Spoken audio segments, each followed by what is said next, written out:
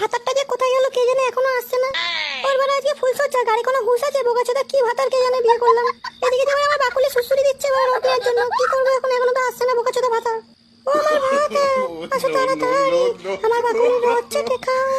আমার ভাতার আমায় কথা দিয়েছে, হাসি হাসি বলে ভাতার গাড়ি গাড়ি গেছে। ভাতার তুমি কোথায় গেলে, আসো তাড়াতাড়ি, এসে দাও আমার দুধে একটু সুসুরি। ও ভাতার তাড়াতাড়ি আসো, ওই তো আসছে আমার ভাতার। কি হয়েছে বাড়া? তুমি কি গান শুনছিলে বাড়া? ওই ঘর থেকে গানের আওয়াজ পেলাম, মনে হলো গান শুনছিলে তুমি। দূর বুদা, আমি গান করছিলাম, তুমি এতক্ষণ কোথায় ছিলে বাড়া?